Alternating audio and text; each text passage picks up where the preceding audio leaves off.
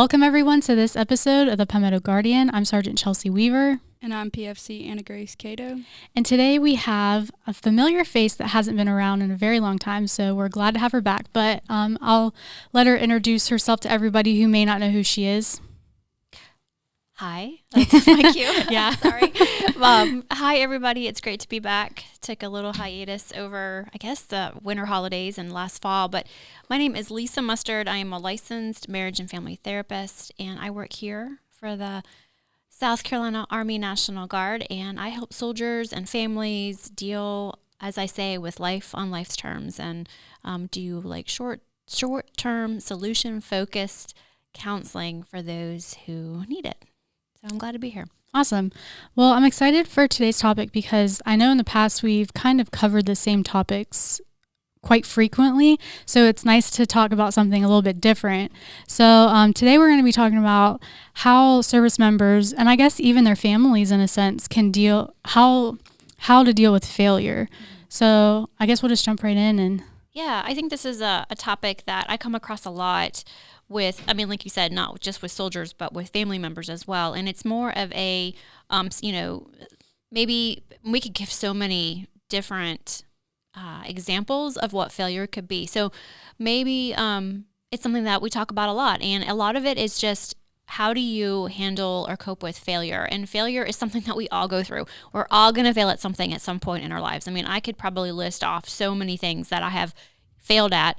But I think what's more important is to know everybody's going to fail at something. And even the most successful people out there have had many, many failures. It's how do you handle failure? How do you come back from failure? What's your mindset around failure? How do you define failure that is going to, really kind of show what you do moving forward? So I don't know if you guys have any thoughts on that. yeah, I mean, I'm glad that you brought that up because that is a big thing to point out, is that no one's perfect, obviously, and you may not get everything on the first try, but you're going to, hopefully you learn from it and it helps you move forward to figure out, okay, this is just a small bump in the road, but I need to figure out if this didn't work, what can I do to get to the next step? Because there are unfortunately a lot of people who will take that failure and internalize it, and they don't believe in themselves anymore at that point, and so they just give up. Right. And I think that's part of the reason why we have a lot of service members, especially, who decide that they don't want to stay in the Guard because of certain situations, whether it's they didn't get a promotion or they didn't get a specific job they wanted, or they had issues with leadership, or just anything around those things. But like you said, it's not all about the failure. It's how you bounce back from that and figure out a way, okay, I didn't get promoted because of X, Y, and Z. What do I need to do to get to that next step, versus just sitting around twiddling your thumbs, just wasting your time and saying, oh, well, I'm just not going to push for it. I'm just going to give up, basically.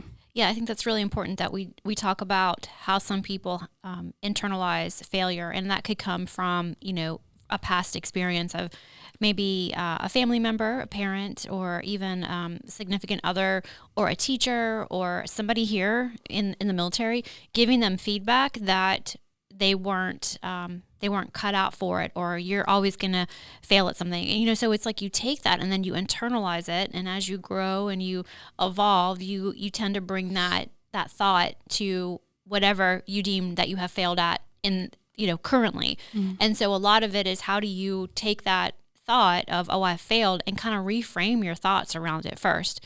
Really think about, well, what can I tell myself a new story about this failure? What does it mean? Really process what's going on. Don't just brush it off and say, oh, I'm never going to, be able to make that promotion or pass that PT test. Really take a moment, or more moments, or even talk about it with, one of us counselors here at the Guard about what it means to you to not achieve something. I mean, really kick it around and get to the bottom of what's going on, because some people handle failure really well. Like they go, oh, all right, I'm gonna learn from this. I'm gonna grow from this, and I'm gonna take steps for the next time that I go for something. They just kind of pick themselves up, they brush themselves off, and they get right into it. Some people, man, they fall apart. So I really encourage those who are, can't make sense of it and maybe see it even as like a character flaw, which it's not, because like I said, we all fail. We're all gonna fail at something. Like I said, even most successful people have failed many, many times before they have reached their level of success. So, how you handle it is going to be really important. And then it's also, like you said, it's a part of the learning process. We have to fail to learn and grow about ourselves. It's, if my kids didn't ever stumble or fall and I just cleared the path for them on everything, I mean, gosh, what kind of human am I raising? I'm raising kids that don't know what it's like to hit obstacles and challenges and deal with that. And it can be hard as a parent to see that, to have it happen. But I'm not going to tell my kids they're bad or they're always going to fail. I'm going to help them. Well, what could you do different next time? Or what story are you telling yourself about this quote unquote failure that you're going through? And it's, I put these air quotes around failure because I feel like it's part of learning and growing. So don't try to see failure as a bad thing. Like I said, tell yourself a new story about failure. Can you guys think of an example in your lives where you did that? I mean, I think failure is a good thing. That sounds crazy, right? But no, it is, because think about, even we're talking about getting promotions and all that stuff. You get passed up the first time. Well, were you really ready for it the first time? Would you have been a good leader? Things like that are very important to think about. Yeah, that's a really good point. I mean, it's not only, man, I didn't get that promotion, but am I ready for it even if I did get it? What kind of mindset do I need to be in a place where I, really believe that I deserve this or that I can handle it. And some people are going to get it and then they're like, uh-oh, now I got to really show up. And, for them, that's, kind of a similar vein. But yeah, I think that's a really good example, really, really good example. Or maybe think about the soldier that doesn't pass their PT test. Maybe they've been in the guard and it's coming around where they got a test again and they don't pass it. How does that soldier take in that information, and then what are they going to do next? Are they going to throw their hands up in the air and say, "Oh, I'm done," or are they going to say, "Man, I need to take ownership of what just happened, and what can I do differently the next time?" It's just feedback. It's just feedback. It's not a character flaw. And so, how do you want to show up next time? Do you need to find a coach? Do you need to find a mentor? What actions do you need to take consistently to get you to be able to pass that test? And I just want to give a plug for our trainers that are there to help you pass your PT test. There's one in each region. So if you are struggling with, physical activity or passing that, be sure to check in with them. They can help you, with that. Aside from dealing with failure internally, do you think it would be fair to say that we need to learn how to deal with failure, like the failures of others as an organization, maybe a bit better? Going off of the PT test as an example, I think a lot of leaders will look at their soldiers that maybe have failed one and say, like you were talking about earlier, oh, they don't even care, they don't care, they're not a good soldier now, whatever. Yeah, well, I think we have to remember that the expectation of being in the military is what? Readiness. Mm-hmm. And so I think that if readiness is always on our mind, and part of that is being physically in shape or prepared for that, then yeah, I mean, I can understand that. I can see how that would become something that a leader would be like, what's going on, because if there's one thing I know about this place, it's readiness is really, really important, right? And I mean, we have all kinds of things that are going to flag a soldier for not being ready, and that's one of them. Now, is it something that is a judgment that they're making on their character? I don't know. Each situation is so nuanced and so individualized. I would suggest if you are that soldier and you're feeling that, then I would get some, guidance or counseling from your I guess your next, your supervisor or your leader or your commander, whoever you feel comfortable going to get that feedback. But I mean, I'm not going to say that doesn't exist. I think it just really depends on the context and how many times has the soldier not passed. Maybe there's other things going on that we're not aware of. But it's just feedback. And if the soldier or whoever can take it as feedback, and if they want to be different moving forward, that's on them. If they continually fail, they continually aren't ready, then the military has to do something about that. That's just the nature of where we are and what we do. I don't know. Does that sound too hard? No. Okay. I work here. I've been here for, I don't know. I think I did the math the other day. My daughter's about to be 12. I've worked here before she was born. And I'm like, it's the nature and the culture of what we do. We have to be ready. That means even I have to be ready, even though I'm a civilian employee. If that makes sense. I'll say, something that is important if you are working towards overcoming the obstacle or overcoming that growth, the growing edge, we'll call it that. I don't know, just that reminds me of something my supervisor used to say, like a growing edge, is to surround yourself with people who are doing what you want to be doing. So let's just take the PT test again. Go hang out with people who are passing it. Go hang out with the guys and women who are hitting the gym, who are meeting the milestones. Go be around those people. Don't hang out with the ones that are like, oh, it's okay. I didn't pass. I haven't passed in 3 years. And because those guys, ladies, they do exist. Mm-hmm. I know they exist. But so go hang out with the people who are going to mentor you and cheer you on and tell you this is what you need to do, and listen to them. And that not just goes for the PT test, but for anything else. If you don't qualify for the promotion, go get some support. Find the people who did qualify. Find out what they did. Don't be afraid to reach out and ask for guidance or mentorship. I don't think we do that enough.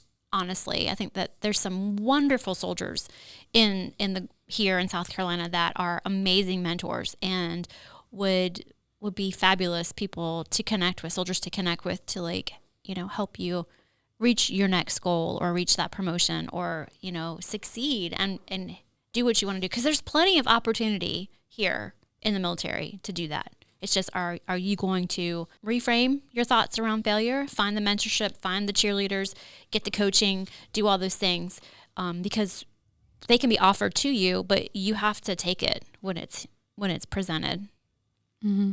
Do you have any tips or advice for those who, like you said, there's people who bounce back and push forward, and then there's people who, I guess, just sit around and dwell on it. Do you have any tips or tricks for those who don't know how to get out of that funk and be the person who takes that failure to turn it into something more, or to motivate them to move forward? Yeah, so for the person that's kind of stuck and is kind of down and is just like, oh, I don't know if I can do this, I would suggest getting support. And it doesn't have to, it could be one of us, but it could also be just somebody in the military that you respect and that you want to talk to, because sometimes we just need a kick. We just need to hear it. We just need to hear what we need to be doing differently to reach our goals. And something else might be going on with that soldier, that we're not aware of. So it could be there's other stressors in that soldier's lives that we're not aware of. And if so, then I would suggest to that soldier, kind of prioritize your life and your values and where are you going and what are you doing. Maybe you need to set some boundaries with some other areas of your life. Maybe there are other areas of your life that you're struggling in and you need to work on, because it's not like, I truly believe, we're multifaceted. We have our emotional life, we have our physical health, we have our spirituality, we have our career outside of the Guard, for those who aren't full-time. There's just a lot of stuff going on in our lives. And so if one thing can be out of whack, then it can throw everything else, kind of make it all jumbled up and hard to kind of see on the other side. And if you're at that point and it's, getting in the way of daily life or functioning, then definitely reach out to one of the counselors here at the Guard, and we can help you kind of make a plan for getting back on track or what other extra support that you might need. So you don't want to wait until it's too late. You don't want to get, I say, and not that it's a horrible thing to get a flag in your medical record, but if you kind of feel yourself heading down in that direction, before you get that flag or before you're not ready, there's that readiness thing again, then it would be really a good idea to reach out for some support or help. And that can be a number of things. It doesn't have to be us. There's so many resources out there for our soldiers, as well as their family members. But does that answer your question? Yeah. Okay. Yeah, that's That's what I would say. Okay. Yeah. And kind of over the years, I've gotten a little bit more like, I don't know what the word is, not authoritarian, but I can see it coming, you know, like I can see it. I can see the progression. I'm like, that, you know, really, if you're not working on that right now, it's going to turn into something else. So for those soldiers out there that feel like something's amiss, something's not right, you know, if you're aware that something's not right, then that's like half the battle right there. Getting them to like see something's not right. I guess that goes to past conversations we've had with like the denial. Like, how can you help somebody who just is in that stage of, well, there's nothing wrong with me. Like, I didn't do anything wrong. Like, it is what it is. Or like, how can they get past that milestone? Because I mean, that negative thinking definitely can impact everything. Sure. And it stops you from progressing and being the soldier service member that you should be, because you're just so focused on all the negative stuff versus, okay, well, let me take this negativity and figure out how to make it into something positive. Yeah, it would be great if we could like make those people aware just by one person who we all respect in the Guard says, hey, you're in denial. Like we could just get one person that everybody, like, you're in denial, and they're, oh, okay, well, what do I need to do? That usually, I mean, that's just like, that's a fantasy. I mean, if you get to a point where denial is keeping you safe, right? And so it's almost as if you just keep on that path. Eventually, you know, you're probably going to get something's going to happen, and it all tends to take care of itself. If you ask me, like, you know, you're going to get a counseling statement, you're going to get a flag, you're not going to pass your PT test, and there's going to be things along the way that it's impossible for it to be anybody else's fault but your own, you know. And sometimes those people, it's just for whatever reason, they're just looking for an out, and this is maybe the easiest thing for them to do. I don't know how. I don't really have an answer for that. I mean, denial is definitely tough, but that's why we have things on the Guard that, you know, if you check enough of these boxes, then they will say, you know, you're going to go because you're not ready. But I mean, that's just like in anything in life. You know, there's people that you're going to encounter, not just in the military, but like in your civilian life, that they're in denial of all kinds of stuff. And you have to choose how you want to be a part of that. You have to set boundaries. You have to make decisions. It can be tough. I think it's a balance, right? It's a balance of how much time and effort are you willing to put in with this person? Because a lot of it does come down to the way you talk to someone else and how you can communicate with them, because everybody's receptive to a different style. Sure. You could talk to someone all day until you turn blue, but if it's not getting anywhere at that point, it's just not worth your time. But sometimes you can get somewhere. It just depends. They have to kind of meet you halfway, or at least move towards meeting you somewhere. Definitely. That's a good point. Really good point. And sometimes they'll hear it from one person, and then they won't hear it from another. It's just all about relationships and, you know, past history and who they trust and how you approach it. And it's like a dance, you know, you have to, like, you're both dancing. It can be tough, you know, it can be really tough. You know, if you feel like you're trying all these new things to like get past your failure, and it's just not clicking for you, or it's just not working for you, you know, it's okay to reassess and maybe pivot or go in a different direction. Like, that's totally okay. You give yourself permission to change your mind, or it doesn't mean that you're a failure. It just means that, you know, you're taking control of the direction of your life. So I've talked to soldiers who, you know, said, I'm going to go for this school, and then they get in and it's like not what they thought it was going to be, and they just decide, and they feel like a failure because they put all this time and energy into doing it. And then, but it's like, if you decide that you don't want to continue forward with it, well, you're saving yourself a lot of time and energy, but you're also taking control of the direction of your life. So don't do something out of guilt or do something out of, you know, any other feeling except wanting to do it and wanting to accomplish something. So I think that's really important too, because that might come up, you know, and then you spent all this time and energy, you got all these letters written, you got all these people on board to like get you in, and then you decide it's not for you, and you're like, you know, you want to leave it, or you want to do something different, but then you feel kind of bad or guilty or ashamed of getting all these people to help you. it's okay. Like if you decide that's not the direction that you want to go in, that's fine. It's your life. You only get one. Yeah, you know? exactly. And everyone's is different. Yeah. Like what someone else does isn't what you have to do. And I'm glad you brought that up because, I mean, in the military, when I enlisted as an MP, like my ambition wasn't to be an MP. It was just kind of a job that was available. And I was like, okay, it sounds like fun.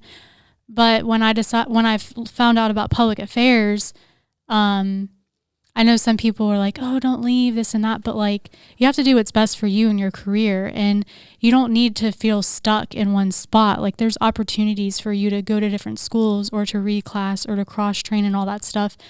And it's better to have somebody who comes to work every day and enjoys what they do versus somebody who comes in and just checks the boxes off so they can leave, because that can rub off onto other areas and other people who are around you and can just spread just a bad attitude. But it's important to know that you don't have to explain yourself to people. Like people from what I see, it seems like people think that they always have to explain, well, why are you doing this or why are you doing that? And like you said, it's your life. Like you are the driver of the car. Like you do what makes you happy, what is best for you, because what I do and what makes me happy is not the same as what PFC Catoe needs and wants. And so it's just important to remember that we're all people. And just because you think one way doesn't mean someone else is going to think the same. So we just need to respect each other and be there for each other, especially whenever you're going through a transitional point or a failure or something like that, because sometimes you just need somebody to understand versus hounding on you like, why? Right. Or you need to do this. Like sometimes they just need a little bit of understanding, and maybe that could be the determining factor that makes them get over that hump to push through and do what they need to do. Yeah, that's great. I really like that. Words of wisdom. Well, before we close out, is there anything else that you would like to add or? Well, don't forget, if you do want to talk to one of the counselors here with the Guard, you can always call our 800 number, 800-681-2558. Leave a message and we'll call you back as soon as possible. That is not a crisis line. So that is for if you are needing support or wanting to find resources or make an appointment with one of our counselors that's closest to you. You can call that number. So if you are in crisis, gosh, you can call 911. You can go to your emergency room. You can actually text or call 988, which is the suicide prevention lifeline. And I believe for the military, I don't know how they do it now, but there is a military specific line as well with the suicide prevention. Usually you call the 800 number and then hit 1 and you get, military, they take you straight on. So, but yeah, I mean, I think, and you don't have to use the Guard resources. You can call Military One Source. You can get some really good support there. You can also look to your health insurance. If you have TRICARE, you can get on there and look for who is taking. Well, we really appreciate you coming on, and we'll make sure to put all that information in the show notes so that if somebody is looking for help or just resources, that they can get that as quickly as they can. So yeah, we appreciate you stopping in, and I'm sure we'll see you again in the near future. Yeah, thanks for having me back. Always enjoy it. All right. Well, if you like this video, make sure you give it a big thumbs up. If you haven't subscribed to our channel, make sure you hit the subscribe button, and we will catch you guys in the next episode.